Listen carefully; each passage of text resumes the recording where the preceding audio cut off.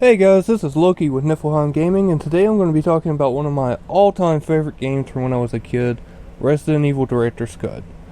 So, this game came out originally in 1996, but I had the re-release here that came out a year later to try and quell some of the hype for Resident Evil 2. The biggest notable differences between the original and the Director's Cut is the inclusion of more game modes, like Arrange and Beginner, and a remixed soundtrack that didn't quite work as well as Capcom had intended it to. Capcom had also promised, that they were going to put the entire uncut FMV for the opening sequence into the director's cut.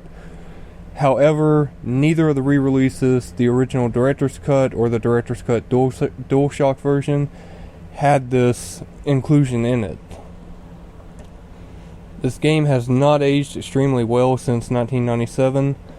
Between the goofy live-action beginning cutscene. Hey! Come here!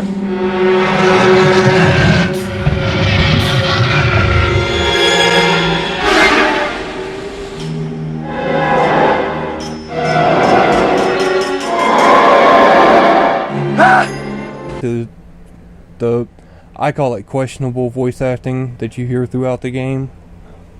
It's very polygonal. Looks really blocky. The backgrounds are really nice because they're pre-rendered, but the game characters are horrendous by today's standards, and really it can't even compare to a lot of games from that era or before that era, to be honest. Now, the controls in the game are pretty straightforward. There are classic style tank controls, so up will always move your character forward wherever they're facing, left and right rotate respectively, and down will always move you backwards. Aiming and shooting can get to be a little bit of a pain in the ass at times, because you cannot shoot and aim at the same time. So if there's multiple enemies, or or one's not dying fast enough, it's not that difficult to get caught up in a trap and be stuck between a couple of enemies. Your health bar you can only find inside your item status screen. It's a little bit annoying. It goes between fine, caution, and danger. Fine being 100% to 66% health, caution being 65 to 33%, and danger being anything below 33%. You can also get a poison status in the game, which will just continuously drain you down to 1% where it'll sit at. Unfortunately, there's no way to see the exact percentage you have, so you have to take a little bit of a guess on it. You can get some healing items in the game, like different herbs. Green ones heal 33% each. You can combine up to 3 of them together, or you can combine one with a red herb.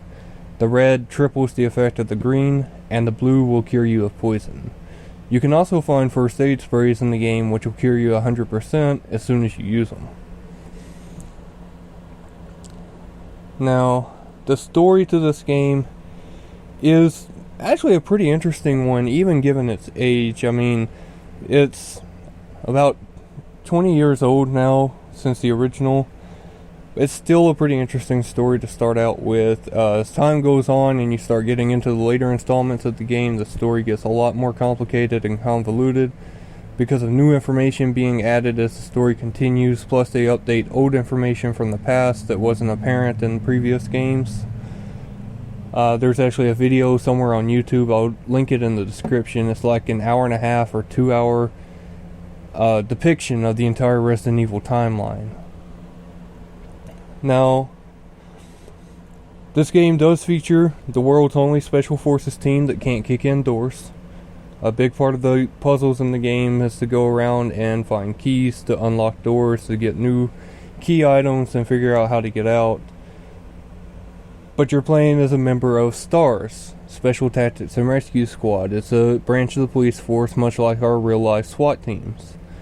However, the difference between STARS and SWATs is STARS cannot kick in doors. Now, there's also the puzzles in the game. They're pretty nice puzzles, actually. I enjoyed them. They're a little bit gimmicky, but they're fairly easy to figure out. I mean, usually just pay attention to the landscape or pay attention to some of the notes that you find throughout the game. I figured out probably half of them the first time I played it just by exploring the place and trying to figure out where I needed to go. All in all, my personal opinion on this game is if you don't have it, grab it. You can pick it up on PlayStation Network for like $10, or if you want a physical copy, I've seen them sell on eBay between like 12 and 15 on average. So go ahead and go pick it up. It's a good classic game for in the series, and it's the game that laid the foundation for the rest of the Resident Evil franchise. Guys, I hope you enjoyed this video. If you did, smash that like button, share it around to your friends, and subscribe so that you can get more weekly videos coming straight to you. This is Loki with Niflheim Gaming, signing out.